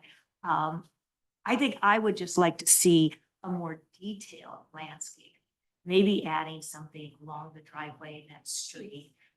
And also with the fencing to kind of see where that fencing, I agree, you're not going to go all the way up to the neighbor's property probably anyway, but just to see what that fencing is going to look like, about where it's going to be. So I think just a little more detailed on the landscaping would be nice. I'll just add to that. So I do want to commend you for having put up the story poles. They're not a requirement at conceptual stage, but I think it's been immensely helpful for all of us to better understand the impact of this development on views from surrounding neighbors. So thank you for that. Great. So to summarize, what I've heard here is that the ASRB commends the applicant for doing some neighborhood outreach, providing a site location that fits in within the constraints. The ASRB recommended that the applicant work further with the neighbors to alleviate any privacy concerns. So whereas there may not be any significant privacy issues, that should be better clarified to neighbors to help alleviate those concerns ahead of time. To look at the project and potential light emission from the project and how that light emission could be mitigated from different portions where there's more glazing. And then looking at the materials, I heard a few different comments, and with regards to the materials, that the applicant should consider an alternative material to the marble columns that's more in keeping with the residential design guidelines, as well as looking at exterior materials for the building and the retaining walls that could be darker in color that would help better blend in with the surrounding area. The ASRB also recommends, whereas the town does not provide necessarily design review for solar panels, but to look and study the solar access for the property and to try to provide as much solar panels access on the roofs as opposed to on the ground based on the solar engineer's recommendations. And then two more items, that to look at screening to help minimize any headlights that might be visible from driving in and out of the driveway, and to provide a more detailed fencing plan that keeps fencing more closely related to the surrounding of the immediate area of the house, while still allowing for some wildlife passage on the property. And with story poles being installed, well, first off, is there anything else that should be considered, or did that capture everything? Great. And so with story poles being installed, the ASRB has a couple of options. You could forward the formal design review to staff, and staff would work with the applicant to address these recommendations, or you have the formal design review come back to the ASRB for consideration. I'm going to poll my fellow board members to feel how strongly their sense is. We have, like, if we could get a landscape Mhm. recommendation to us, that gives the neighbors a Mhm. chance to have input. If we pass it on to staff, that means that they don't get notified of what that is. So In that instance, I think it would be nice for a landscape plan to come back to us. sure. Is that right? Am I right on that? Yes, it's possible. So we've done some things like this in the past in which, these different items were outlined, materials, light emission, privacy. Those items could be something that the applicant continues to work towards with their formal design review application, while they could continue this conceptual design review and just have the landscape plan with the fencing come back for review. And so we've done something like that in the past. We could do that. Timing of that be coordinated with the formal review, or? It could be. It's up to the applicant. They could, knock out these details and come back right away. They could be ready to submit for their formal design review application, at which time we could show everything, or, but it'd be a focused review of the landscape and the fencing. Yes, we could also look at the color board as part of that. So I'll put forward a motion that your summary as stated with the addition of the color board is part of the motion, but that the items on there that I think we've felt most strongly about are continued to come back at a later date. And so those items specifically would be related to the materials and color board, the landscaping and the fencing for the project, whereas those other items will still be detailed with their formal design review application. And for the members of the public, we would encourage you, there is a sign-in sheet in the back, and if you would like to be informed of this project as it progresses through the next stages, please fill out your contact information on that sign-in sheet. And what that means is, even though a hearing may not be required for formal design review if it just goes to staff, that staff will still notify those who are interested in the project, and they still have the opportunity to provide comments and for staff to consider those comments as part of the formal design review. So that is a way to still stay informed of the project, as well as to make sure that if there's any other concerns that they can be considered at the next stage. Is that a sufficiently well-formed motion? Yes, yes. No, we have that. We're clear on what we're bringing back. So we're continuing the conceptual design review specifically for the landscaping, the fencing, the color materials board, whereas the other items will. It's up to you. They're going solar. There's limited ability, but we've heard the concerns of the neighbors, and also it seems like the applicant is interested in working with the neighbors. So we'd be happy to help facilitate anything we can along those lines, and yeah, to get any kind of report and understanding of where solar can fit on the building, and that would be the priority. Okay. Do we have a second? Okay, roll call vote. Member Delgavio. Member Comra. Chair Lindsay. Yes. And members Middleman and Taft are noted absent. Great. So for the benefit of the public and applicant, within the next couple of days, you'll be issued a letter outlining these details. We're happy to meet with you to go over the next stages for this. Well, the question, so a continuance of the design review board to address these concerns, and then after that, we'd be then going to a formal one still. Yes, so this is the conceptual design review. So what they're looking for, before you get it so far deep into the formal design review plans, you can look at just these focused issues to bring back to finalize the conceptual design review process. Then yes, you would submit your formal design review application with all of the details required with that application. With all that, I think is completed, so I believe Julian, if you've gone through all the other items, I'll address that with you later. Yeah. Okay. Okay, good. Before we move to the next item, just a reminder, we are not talking about item 1 tonight. That's correct. Until next week. Yes, so Roberts Market.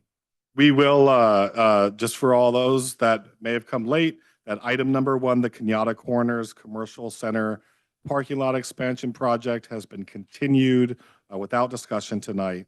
It's been continued to next Monday night at 4:30 p.m., September 16th.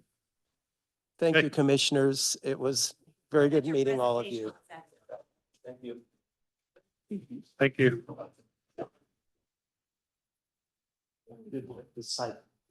Okay, moving on to our 4th item for the night. This is 729 Southdale Way.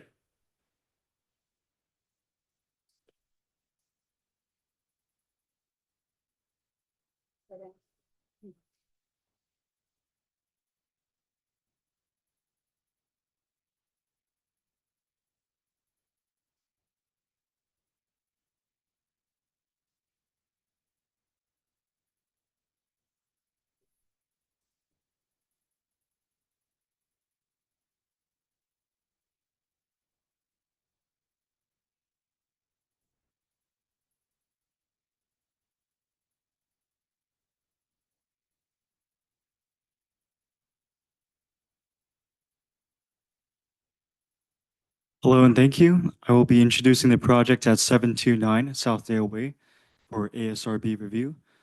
For this conceptual design review project, the applicant is proposing to demolish an existing residence and wood storage sheds and decks and construct a new single-family main residence with an attached garage and basement, 1 detached ADU, and associated site improvements.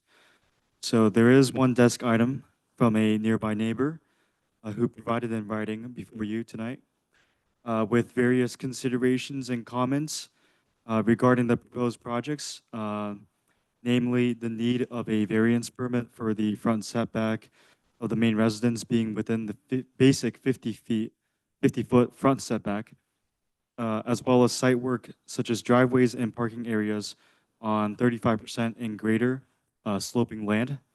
The neighbor is suggesting that the project site should support a more modest design and not one that would be highly visible or tall from the street or from the neighbors. And as noted with formal design review, staff will ensure that all proposed structures and site improvements in relation to setbacks, height, paved area, square footage, and other calculations are reviewed closely and meet the requirements and standards listed in the municipal code, and to ensure that the applicant submits all applicable and required exceptions, entitlements, and/or variances during formal design review.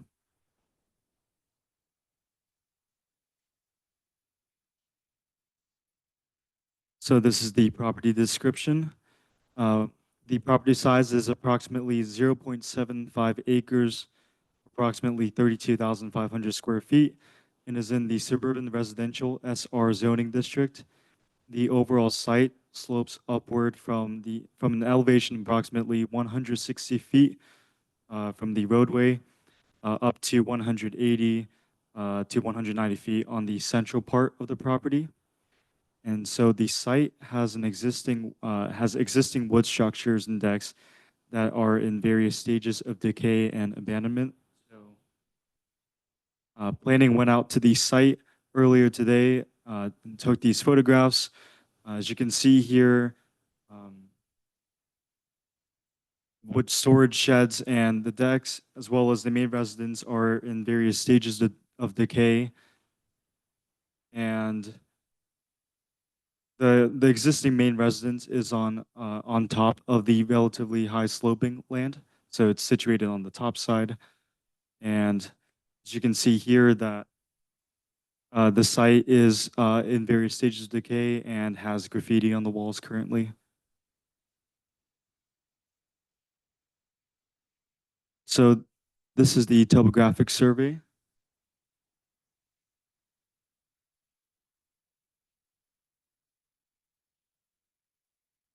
And this is the overall site plan, which shows the details and extent of the conceptual design project.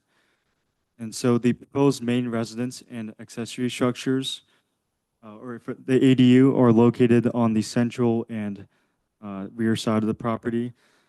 And the submitted renderings, which I will show later, for the main residence, show that the facade and color is a bit bright. And both the main residence and ADU is proposed to have to feature materials including stone veneer, stucco, and concrete tile roofings. So this is the enlarged site plan. And this is the proposed lower roof plan, or sorry, the proposed lower floor plan of the residence. This is the proposed upper floor plan of the residence. This is the floor plan of the proposed ADU. And these next few slides are the elevations for the proposed main residence. This is for the front elevation. This is for the proposed residence elevations for the sides. This is for the proposed residence elevations for the rear. And these are the proposed ADU elevations. And so the applicant has provided a couple renderings before you, and it's also on the physical poster board. So the top left is for the main residence. The bottom right is the rendering for the ADU. And the applicant has submitted digital samples of the materials, windows, lights, the doorways, as well as the proposed garage door, patio door, and the materials for the wall, including the stone veneer. And that concludes my presentation. Staff is happy to answer any questions, and the applicant is in attendance tonight. Thank you. Great, thank you. Does anyone have questions for staff? One question when I walked up there today. So at the end of, so you walk all the way up the driveway, and at the end, there's another house. Is that a neighbor's house? It's sort of a light green, or is that part of this property? It's just, so all the way up the driveway and past where the house is gonna be, where all those oak trees are, there's another structure that, I don't know why, I thought the contractor said it was, That's the neighbor's house. that is the neighbor's house. Out there. Oh, okay, yeah, okay. They I have was, another driveway wraps around. it's that light green yeah, one that's yeah. just right at the edge of your Right. property? Okay. Thank you.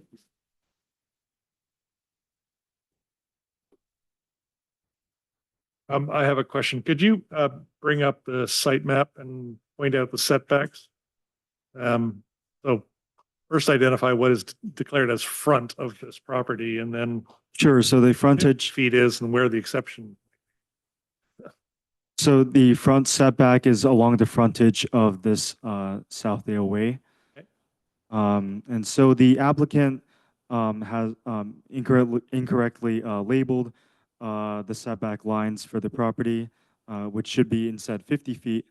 However, the applicant is proposing a variance to be able to encroach part of that main residence into that basic setback at formal design review.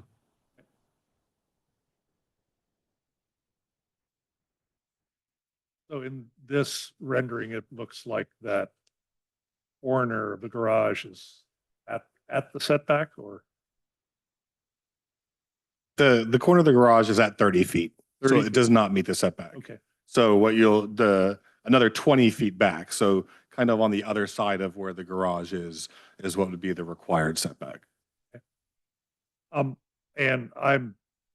we've only seen a handful of variances. So at what stage would that variance need to be granted to allow Yes. this to? So at the continue? conceptual design review, these are things that are called out by the applicant. They understand that they're going to need to go through that process. But any type of entitlement other than this conceptual design review, that all comes with the formal design review application. Okay. So the variance needed to develop on the slopes in excess 35%, as well as for the setbacks, would be considered with the formal design review application, which means the final decision on the project would be made by the planning commission. Thank you. Elevation of some of the sort of main structures of the main house. It's a little too small to see the text on these and then the printout. So could you just call out some of those that are the peaks of the roofs, just so I understand, I get a sense of what heights we're dealing with? Sure, so let's see.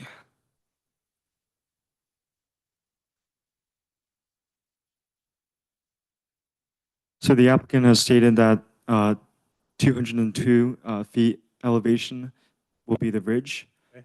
In the Grade. existing floor would be 173 feet. So that's To do the math. 20, 29 feet. okay. And that's for the main residence. Yep. And for a two-story home, the limit is 30 feet. Is that correct? For main residences, limit is 30 feet. Thank you. Any other questions?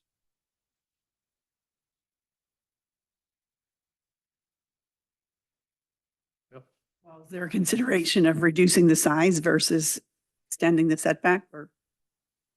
Yeah, I mean, it's the applicant's proposal. It'd be to impose the setbacks all around the entire property. It could create a tight constraint there.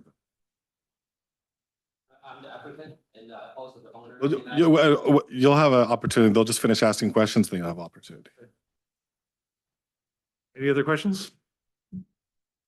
From the board? Nope. No. All right, let's wrap that up. Thank you. Let's invite the applicant up to make a presentation.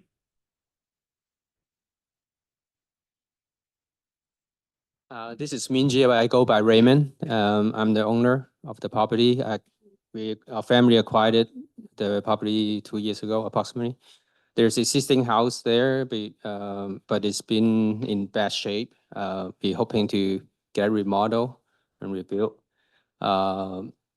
but there's quite some challenges on the site. For example, I will comment first on the setback issue. The driveway is narrow. So the only way to widen the driveway is by moving, as you can see, widen it toward the Southdale Way. So that we designed the garage to the end of the driveway, but there's a limit of 150 yard because of fire restriction. So the driveway was, the garage was placed there for that reason. And actually the house design is pretty much the same location as the original house, but just because the driveway got moved more downhill. So we put a basement and then a garage on the bottom portion of it. And then it's initially just like half of the home is like with the basement and garage, and then 1 story. On the other side is already one story home. So that kind of answer that. And as you can see on that too, we're dealing with the septic issue too. So the septic pretty much take up a lot of the space on the site. So yep, that's kind of the concern that we're dealing with. So I'm here. I don't know if you need me to introduce more, but I'm happy to answer any questions. Yep, this is an opportunity to explain as much about the project as you wish. Otherwise, we can move to questions if you prefer. It's your choice. Yeah, and then the design of the home, we are in love of the French country style, the oval kind of style, and try to match that with the rural characteristic in Woodside. But French country is kind of like the style that we're going with. We also try to simplify it, not making it too complicated. And the material is pretty typical of tile roof and stucco. That's some of the design thoughts. And other than that, let's see what else. I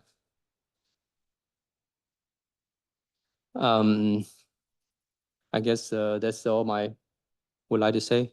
Okay. Maybe describe your fences a little bit. What we see there is wire and said, and the other one was iron.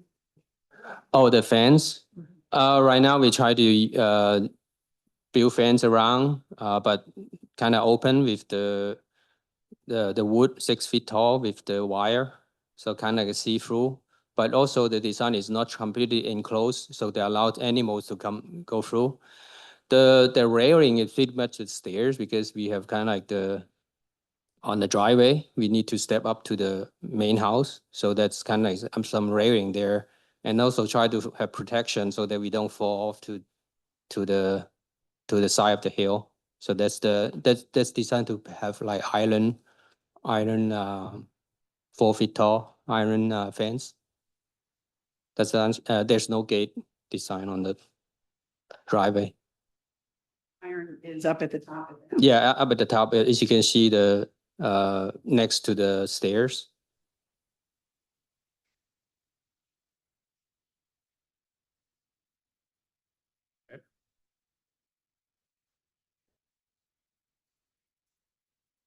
I noticed when you were trying to go up that driveway, we didn't go all the way up there, but that it was very steep and dangerous, like base of the driveway. We actually kind of were with our truck 4-wheeling there, and you fall off, you'd have to do some work to make sure that was safe, right? Great, and I'm glad you asked that.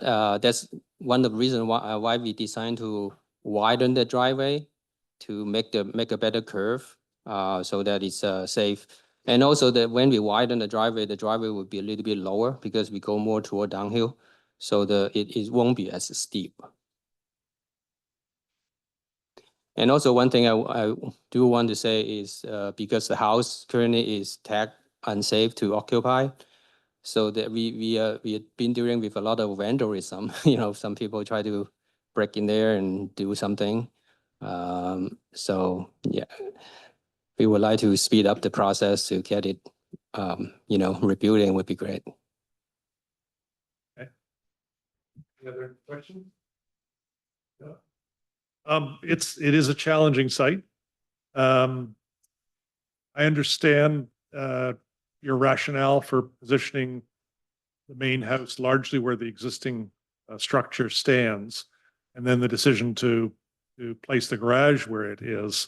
I think the result of that has created a fairly substantial amount of mass at the sort of the boundary of the property. Looking at the story poles, it makes for a rather imposing structure when looking up from the road.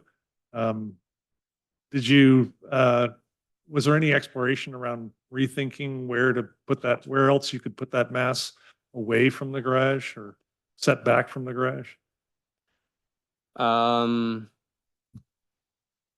We can certainly take that into consideration. I think you're concerned about because the garage, on top of the garage is the house.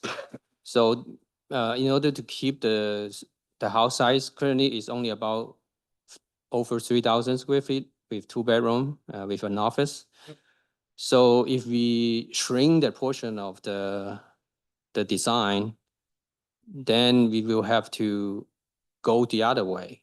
But on the other way, also during the setback issue, because as you can see, on the other side we are max to the 30 feet setback from the side. So there are multiple issues we are dealing with. Yeah, you can see on the curve there. Yeah. So we cut into it, and then we cannot go high, and we cannot go further left.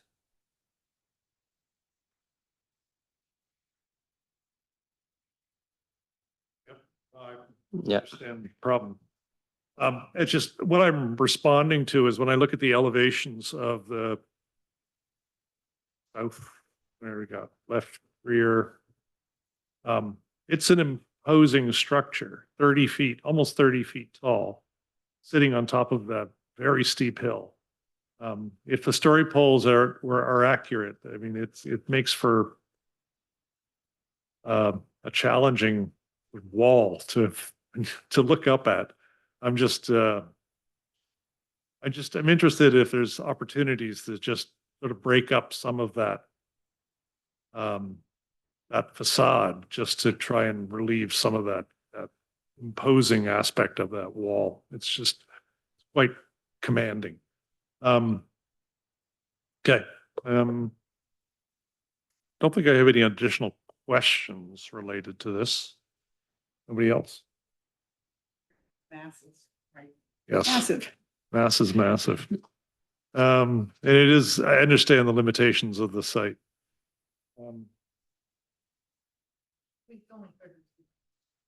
Right, yep. Not that expensive. I mean, it is, but Yeah. the only thing I would suggest, I do love the tiered fencing and the stone walkway. I would just, because it is up on the hill, go with a darker shade. It's more in line with what Woodfield usually does, darker. Oh, you mean the darker paint? Yeah. Yeah. Yeah. It wouldn't be so obvious if it was, more in the brown shades or the natural, Definitely, that certainly can be versus done. the Yeah. yellow. Yeah. It's not actually yellow, but it's more like an earth tone. But right now, just the rendering may not show exactly, but darker. Definitely. Okay. If there no other questions from the board, so if there's any public comment, these wishes, or anyone of the public wishes to make a comment, either in the room or online. Good evening. My name is Steve Patrick. I live at 732 West Glenway. I've actually lived on this little hill for quite a few years. I'll be honest, 67 years. And I guess they put the story poles up on Sunday. And so kind of went over there and took a look. And then this morning I got a very brief opportunity and got a chance to look at the plans, but didn't look at them in depth because we really don't get to do that. I mean, we just have to sit at the counter and take a look at it. But I think the first thing that became real clear to me is it's represented as if it's in a setback. Well, it's actually the 50-foot setback is the front yard setback. And then keep in mind, anything over 17 feet at the 50-foot setback has to be set back 2 more feet for every foot it goes up. So we aren't even looking at a building envelope anywhere close to what is being presented here. So I think it's really unfair, I mean, to the board to actually consider these things without kind of the knowledge, as Sage says. I mean, it's a huge variance. And then looking at other issues, the septic system, they found little tiny slivers of area that are less than 35% to put a drain field on a cut. And if you look at the septic ordinance of San Mateo County, you have to be 50 feet from a 50% cut. So, or a hill or a bank, they call that a steep slope. And so I don't think that this proposal fits anywhere within the kind of current guidelines. I mean, I agree, it's a very constrained site. I mean, as an architect, I looked at it and I recommended to people that this site is extraordinarily constrained. I believe there's a 2-bedroom house on there. I believe, you know, a modest home could be there. 3,200 square feet on top of that hill, that's a huge, you know, project in that area. And I think it's kind of interesting that what's there currently kind of demonstrates what could happen there. That driveway could come up. You could park where they want to put the ADU. I mean, that is where the garage is. I think they should be, you know, should consider things like that. Where the house is, should be maybe where the house is. And it should be modest, rather than trying to push this thing to a 3-bedroom house with septic and, you know, they're going to expand the septic field by, you know, enough for a 3rd bedroom since it's a 2-bedroom house currently. And I think there's enough documentation, so there shouldn't be any fear that if they went and took down all that garbage up there, that anybody would view this any differently at a certain point. So it's like, sure, it's dilapidated, but it shouldn't prevent them from making the site look better. Probably one other point, if you look at the story poles, I mean, there's one story pole that's 32 feet tall on the existing cut that's 30 feet off the property line. I mean, it's not a valid proposal for this particular thing. And then I agree, the yellow or earth tone, it doesn't blend at all. Actually, the color of the old shack up there is much more compatible with the surroundings. I mean, from my house, you can look straight at this thing and it's, you know, 30 feet tall. I mean, and then you drive around Southdale and it's actually, if you think of that 30 feet and the 30 feet below, it's probably about 60 feet tall from there. And I believe you said that the contour at the base of the property, which actually should be at the intersection of Midglen and Southdale there. I mean, I don't know, it's got to be 50 or 60 feet to the base of where the property, the driveway. And the driveway, it's like it's going to need a variance on the downhill side and an uphill side, and it's all on 35% slopes. I don't think any of that was taken into consideration when they decided to put a massive garage and turnaround in front of the house. It's, well, I don't know. It's up to you to move it forward, but I think a formal design or the planning commission really should get its teeth into this if a variance is going to be granted for some of these kind of, you know, just because you have a property, you aren't entitled to 4,000 feet on it. I mean, you got to look at the constraints, and it's not something that they were born with. I mean, this was purchased, I believe, within the last 2 years. So those constraints existed before they got this property. It's not of a previous making. I mean, this is of their own making. So, well, thanks for your consideration. Thank you. Do we have anyone else in the room for public comment or anyone online? Online, there's Sue with a raised hand. Sue, you can speak if you like. So unmute yourself. There you go. Actually, I'm sorry, that was me on the prior property that's going to be built pretty much across the street from us. So I was too late in raising my hand. So I don't have any comments on this property. I was Okay. concerned about solar. Sorry about that. Right. Yeah, please, you can contact Jillian Negley, the planner, and she can help answer any questions for you after the meeting. Great, thank you.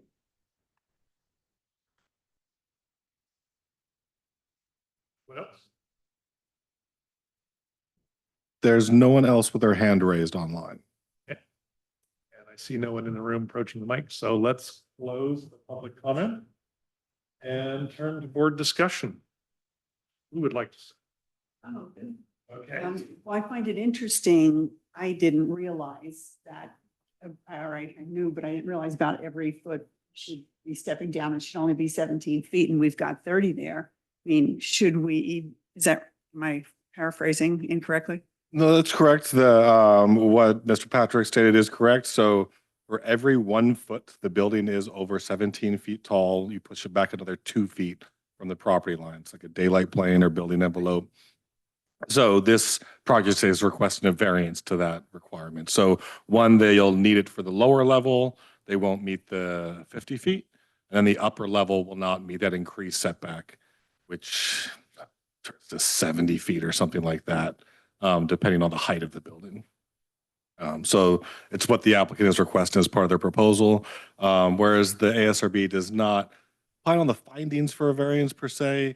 It's still part of the design review and the mass and the bulk and the siting and the building design. All of those things still come into play. And as variances are needed, those types of things obviously will be looked at a little bit closer. Since we feel that it's pretty grand, if there's anything that can be considered to keep it down to the lower heights, it would be beneficial to the neighborhood and the property.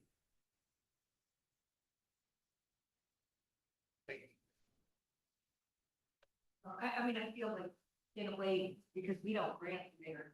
Right. Almost should see if they were gonna grant it anything and look back. It's the chicken or the egg, you know, you can't grant, you have to grant a variance for a specific project. So what is the specific thing that we're looking at? You know, what is the height? What is the setback? And all of that plays into the design. So whereas the design maybe doesn't have to focus as much on these very technical items, the exact foot or square foot or distance from a property line, where those impacts should be addressed, and then looking at what entitlements may be required after those impacts are addressed, it'd be at which time the Planning Commission could look deeper into those issues.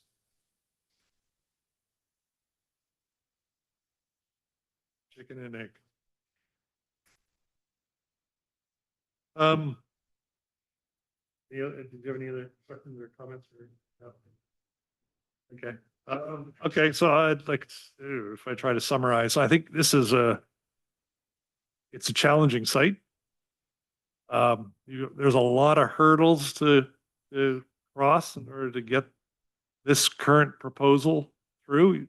You need a setback variance, you need a step back variance. That's still a setback, so it's wrapped into the setback. So there would be a need for a variance to the setbacks.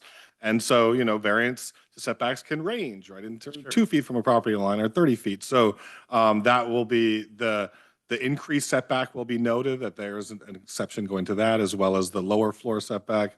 But it also needs a setback for development slopes in excess of 35%. Right. I guess what I'm speaking to specifically is second floor. Yes, yes. So Yet that another- that will need a larger setback variance, so to speak. It's one variance, but there is a larger setback required for that upper floor. Okay. So I think those are big hurdles to overcome. ADU, I have no concerns about at all. I think it's what's being proposed is more than satisfactory. But I do have these reservations of whether you will be successful in obtaining these setbacks, based purely on projects we've reviewed previously.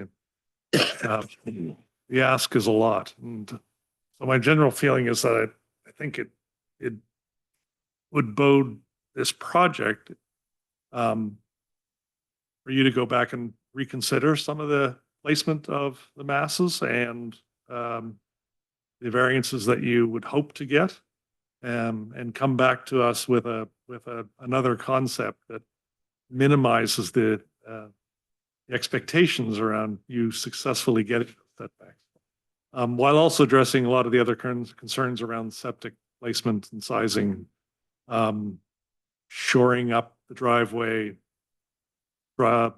size. I think the list is long. I think this, in general, I would just summarize, I think this needs to be revisited in terms of the concept. I think it's asking a lot. That's how I would summarize it. It's not, I mean, there are a handful of specific things, but it's at a high level. Conceptually, I think it's not in the right direction. So what I've heard is that primarily there's a significant concern with the massing of the project, specifically as it relates to the setbacks as viewed from the roadway that's downhill. And the applicant should look at ways to reduce the massing, which could include different things such as building location placement, changing the building location or placement of the footprint, stepping back the upper floor, in particular, the areas that are closest to the roadway. Looking at also the impacts and heights of the retaining walls necessary for the driveway, and to see if any impacts visually can be mitigated, whether the retaining walls could be lower, reduced grading, stepped retaining walls or other alternatives. Any landscaping that can sometimes happen between stepped retaining walls is another way to help address some of those impacts from the walls. Also to look at a color that's more earth toned and less yellow in color, something that blends in better with the area. And so that is what we have. This would, given these comments, it looks like it'd probably be a request for a continuance at the conceptual design review level. So before the applicant spends further money on details on this particular design, they can get a better read for kind of a redesigned building that is more in conformance with the residential design guidelines, specifically by reducing the mass and bulk of the structure. Is there anything else? Add? Have a, that you're asking them to go redesign this whole project without an idea whether they'll even be granted. I mean, so the setback, is there a way for them to talk to someone first to see, you know, maybe what would be the, you know, least amount that they might, because it seemed like you're asking them to go to a lot of work, which they may come back and say, oh, no, you're not going to. I need to do that. Yeah, I mean, we can't guarantee approval of a variance at any stage. What we would do at the staff level is look at something, especially based on comments that we've received tonight, and work with the applicant to provide something that maybe look at is this something that staff would support from a variance standpoint. The site is extremely constrained. It's unlikely you could build on this site without some type of variance, whether it's the setback or slopes in excess 35%. With regard to septic, it's a new house. The county is going to require a full new septic system. Whether you build a 1 or 2 bedroom house, county is still going to require a minimum 3-bedroom septic system. It's a current requirement. So they're going to have to build a 3-bedroom septic system, whether they have 3 bedrooms or not. And well as the county requires not just a septic system, but requires a 100% expansion area, meaning another place where you can fit another septic system should this one fail. So these are requirements that do need to be met.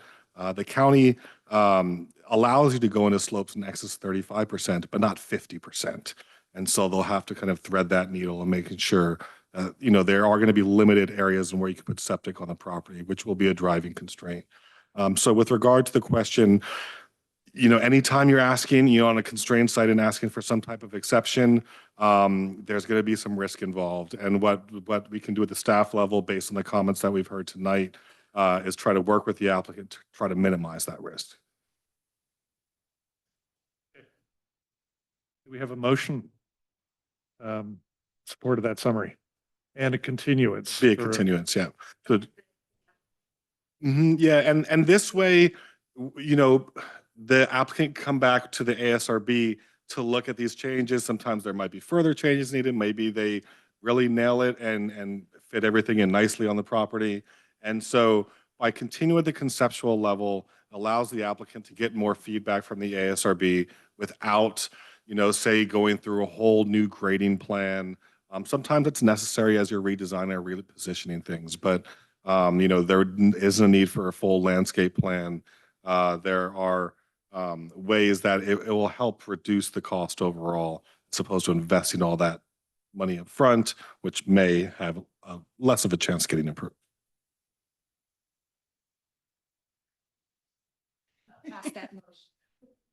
We have a second. I would second. Can I add something? Yes. Sure. Actually, the engineers here, Leah and Grace, they can comment on the septic, and it's actually a perk that's been done successfully on the site. So they can tell some detail about some of the concerns on the side for the septic and also the maybe retaining walls. Jim? Sure. Is it feasible? Is this? Hi, Jim Toby, Lean Braze Engineering. We actually have designed this thing out. It is very constrained. There's no doubt about it. But this thing has been perk tested, has been designed, and we have had the geotech out to look at everything. I know one thing that Steve brought up, which is always a concern, is that when you're next to a steep slope, you know, technically it's supposed to be 50 feet away from a 50% slope, unless the geotechnical engineer can ascertain that it's not going to be a stability issue or anything like that. So they've already done that.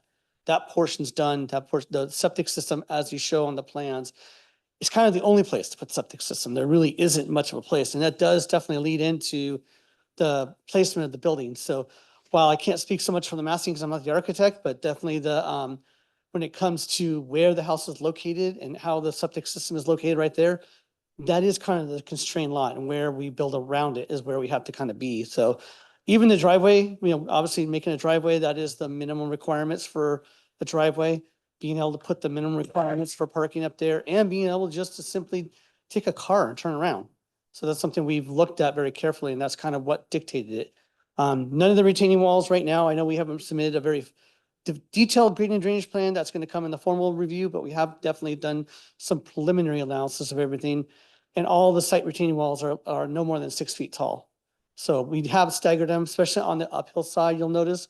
We have staggered some of those walls to make sure that they're going to be kind of less massing, at least on the site walls themselves. So, but yeah, in terms of the septic, it is something that's kind of set in stone a little bit now because there's really no other place in the property to put it. And it has passed all the rules, perk test and geotech to get to this point. Where's the existing septic field on that property? I'm not 100% sure, and I'm not sure any of us really know. The records, there really aren't much of a record of this property. It's so old that the records don't tell you. Is there a tank? Somewhere. But that house falling apart, everything's so kind of fallen all over the place. We haven't exactly found it. Is there an outhouse on the property? There what? An outhouse on the property. Well, I'm sure somebody's using it. Who knows? I mean, it's definitely, you know, the idea when we looked at this site was the very first thing. I went up there the first day, saw how dilapidated it was. I'm like, okay, start from scratch. Yep. Completely start from scratch. And, you know, I guess that's that big round septic tank right there that they found. But as far as the leach lines themselves, I don't know where they are. Okay. So Where the field is, though. it might be an old redwood tank, is my guess, is what it is. Knowing how old this house is, I would venture to say you probably have 1 20-foot line of leach line, where nowadays you need 4 or 70 as an absolute minimum. So, Good. but it did get it got a perk. So, yeah. Thank you, Jim. So I don't think, nothing in the motion involves septic. Correct. So, All right.